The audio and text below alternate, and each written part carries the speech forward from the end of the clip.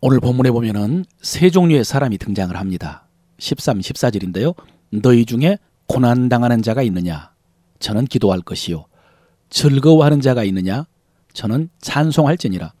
너희 중에 병든 자가 있느냐? 저는 교회의 장로들을 청할 것이요. 그랬습니다.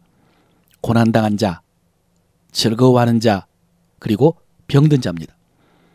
여러분, 지금 여러분이 어떤 상황인지는 모르겠지만은 아마 이 세 경우 중에 하나에 해당될 것입니다. 고난당하거나 즐거워하거나 혹은 병들었거나. 이런 경우에 우리는 어떻게 해야 되나? 먼저 고난당하는 자는 어찌해야 되는가? 본문은 말씀합니다. 저는 기도할 것이요. 그랬습니다. 여러분, 고난당하는 자는 일단 두말할 것도 없어요. 기도에 집중해야 됩니다. 고난은 기도하라는 신호이기 때문입니다. 믿지 않는 사람들은 고난 때 낙심합니다.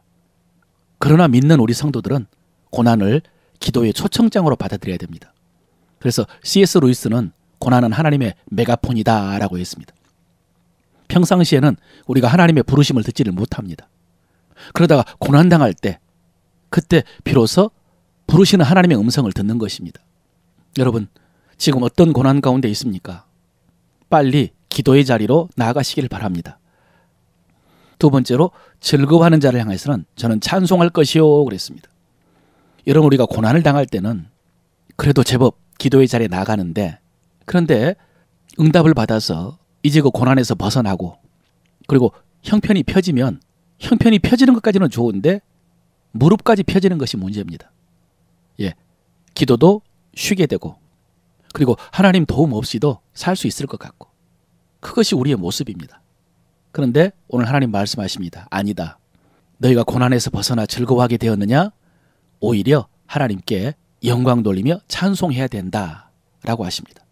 사랑하는 성도 여러분, 즐거워할 때 찬송하라 라는 하나님의 말씀은 우리에게 복을 주신 하나님께서 그 복을 지켜주시고 더 잘 누리게 하기 위해서 주신 복된 명령으로 알고 순종하시길 바랍니다. 마지막으로 우리가 병들었을 때 어떻게 해야 되느냐? 너희 중에 병든 자가 있느냐? 저는 교회의 장로들을 청할 것이요. 그들은 주의 이름으로 기름을 바르며 위하여 기도할지니라 그랬습니다. 여러분, 여기서 장로들은 오늘날의 목회자죠. 그러니까 병들었을 때 목회자를 청할 것이요. 목회자는 주의 이름으로 기름을 바르며 기도하라 라고 했습니다. 물론 여러분, 우리가 병이 걸렸을 때 목사님에게 기도해달라고 하지 않고 병원 간다고 해서 믿음이 없거나 불순종하는 것은 아닙니다. 방금 말씀에서 기름을 바르고 기도하라 라는 말씀을 여러 가지로 해석하지만은 그 중에 한 가지가 약을 바르면서 의학적인 치료를 하면서 동시에 주의 이름으로 기도하라 라는 그런 말씀으로 해석하기도 합니다. 어쨌든 이 말씀 속에서 가장 일반적인 교훈은 주의 이름으로 기도하는 것입니다. 그리고 우리가 그렇게 기도할 때 기억해야 될 것은 15절이죠. 믿음의 기도는 병든 자를 구원하리니 주께서 저를 일으키시리라 그랬습니다. 여기서 중요한 말씀이 주께서 저를 일으키신다라는 말씀입니다. 누가 일으키시고 누가 치유하신다고요?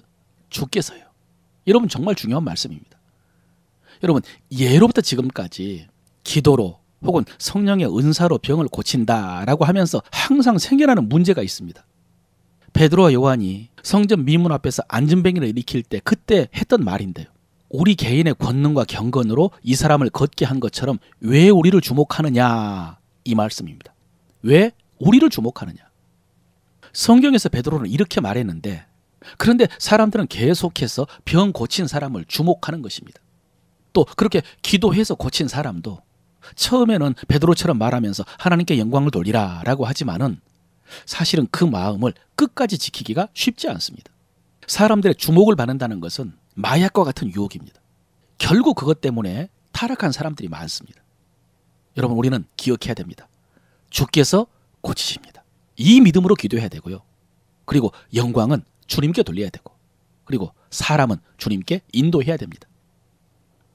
마지막으로 이 말씀에서 외면할 수 없는 말씀이 오늘 본문 속에 죄라는 단어가 등장하는 것입니다. 혹시 죄를 범하였을지라도 사심을 얻으리라 그랬습니다.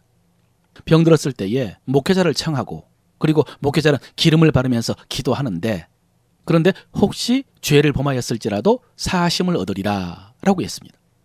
여러분, 이 말씀은 이 병이 단지 육체의 문제가 아닐 수 있다는 말씀입니다. 혹시 죄 때문에 생긴 병일 수 있다는 것입니다. 여러분, 모든 병이 죄 때문에 생긴 것은 결코 아닙니다. 많은 경우의 병은 단순히 우리가 이 육신을 잘 돌보지 못해서 생긴 경우가 많습니다. 그런데 어떤 경우에는 분명히 하나님과의 관계에 문제가 생겨서 병이 걸릴 수 있습니다. 예수님께서도 여러 병자들을 고치실 때에 대부분은 그냥 말씀으로 또 안수함으로 고치셨는데, 어떤 때는 내 죄가 사해졌느니라 라고 하시면서 병을 고쳐주셨습니다. 죄가 원인이었다는 것입니다. 그런데 여러분, 만약에 이 사람이 그저 병이 낫기만을 위해서 기도한다면 어떻게 되겠습니까? 목사님이 나가서 무작정 병이 낫기만을 위해서 기도한다면 그 기도의 응답은 그냥 낫는 것으로 나타나는 것이 아니라 먼저는 자기 죄를 깨닫는 것이 응답이죠. 그 죄에서 돌이키는 것이 응답이죠. 자기 죄를 깨닫지 못한다면 설령 낫더라도 다시 병에 걸리지 않겠습니까? 주님께서는요, 더한 것이 생긴다고 하셨습니다. 그러므로 여러분, 우리는 아프고 병들었을 때에 당연히 주의 이름으로 기도해야 되지만, 그러나 더 세미하게 하나님의 말씀을 드려야 됩니다. 우리가 환자를 위해서 기도할 때도 이렇게 기도할 수 있어야 됩니다. 이 병을 통해서 하나님의 음성을 들을 수 있도록, 하나님의 뜻을 깨달을 수 있도록. 그런데 여러분, 경험상 드리는 말씀입니다. 본인 환자 앞에서는 이런 기도 못합니다. 그리고 이런 말씀도 전하지를 못합니다. 사실 오늘 이 말씀도 병원이 아니기 때문에, 환자 앞이 아니기 때문에 이렇게 전할 수 있습니다. 그러므로 오늘 말씀은 본인이 직접 깨닫고 하나님의 말씀을 들어야죠. 성령이 자기에게 하신 말씀을 들어야 됩니다. 그래서 오늘 우리가 입으로 주야로 묵상할 말씀은 이것입니다. 고난당할 때 기도하겠습니다. 즐거울 때 찬송하겠습니다. 병들었을 때에 주의 이름으로 기도하며 주의 말씀을 듣겠습니다. 한 가지 더 확신하면서 고백합시다. 의인의 간구는 역사하는 힘이 큽니다. 의인의 간구는 역사하는 힘이 큽니다. 이 믿음으로 질병뿐만 아니라 모든 문제, 고난에 대해서 기도하고 응답받고 즐거워하며 찬송할 수 있게 되기를 축원합니다.